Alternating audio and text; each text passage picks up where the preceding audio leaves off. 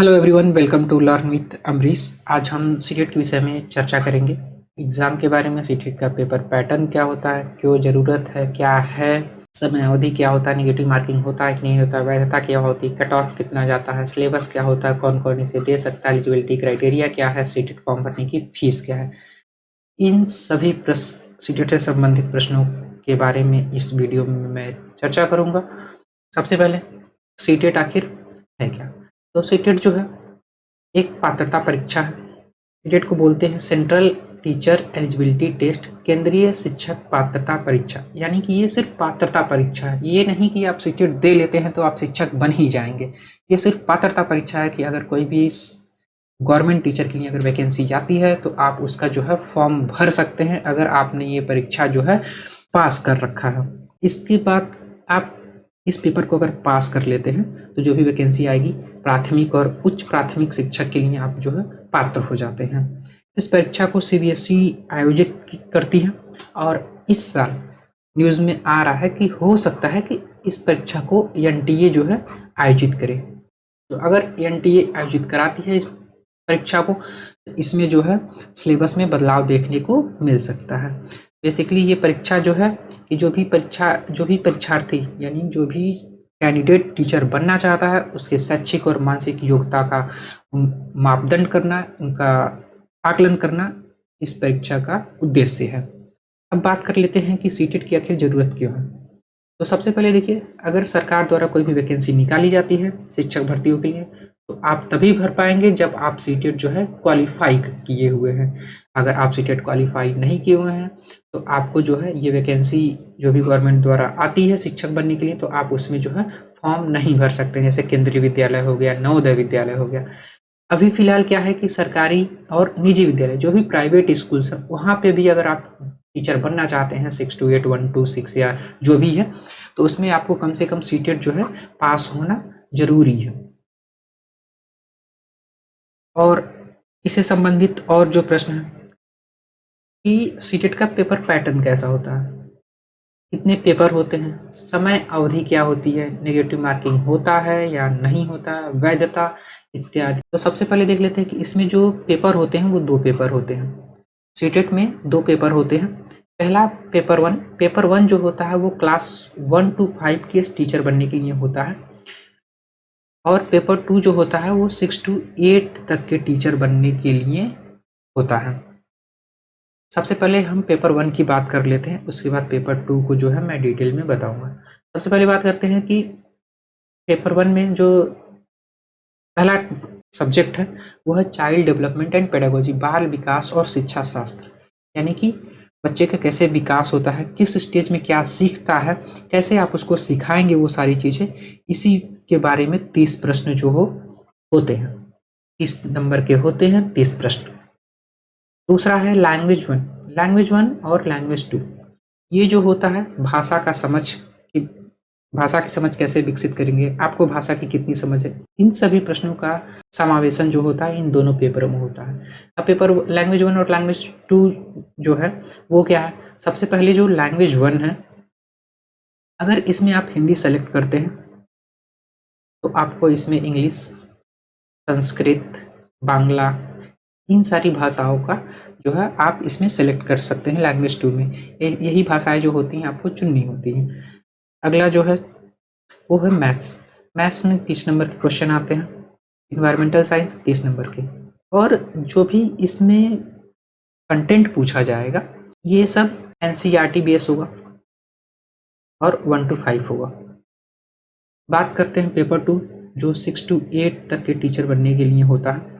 इसमें आप पेपर जो है 2 माध्यम से दे सकते हैं। पहला माध्यम यह है कि आप मैथ साइंस से दें, दूसरा जो है सोशल साइंस से। पेपर फॉर्म भरते समय आपको पूछा जाएगा कि आप किस स्ट्रीम से जो है पेपर भरना चाहते हैं, मैथ साइंस से भरना चाहते हैं या सोशल साइंस से भरना चाहते हैं।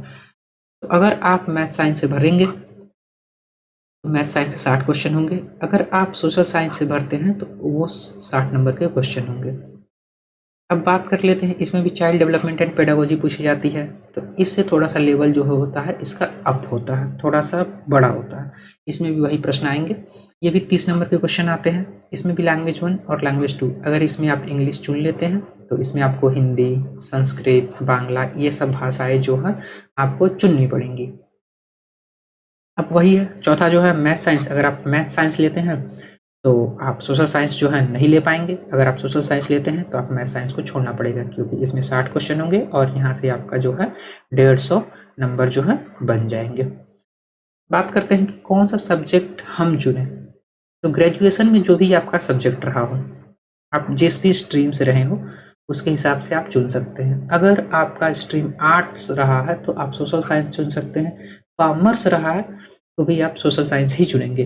बाकी मैथ्स स्ट्रीम वालों के लिए मैथ्स और साइंस जो है बीएससी वगैरह जो किए होते हैं ग्रेजुएशन में, वो मैथ साइंस जो है सेलेक्ट कर सकते हैं।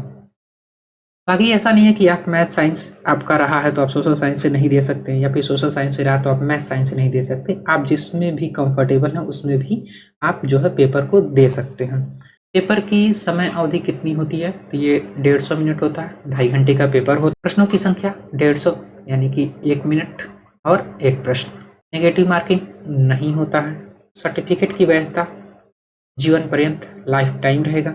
एक बार अगर आपने सीटेट क्वालिफाई कर लिया तो वो सर्टिफिकेट जो है कभी एक्सपायर नहीं होगा। पहले क्या होता था 2 साल 3 साल में फिर आपको एक बार और देना होता था, वो 2-3 साल के बाद जो सर्टिफिकेट जो है एक्सपायर हो जाता था, लेकिन अब जो है लाइफ टाइम इसकी वैधता कर दी गई है।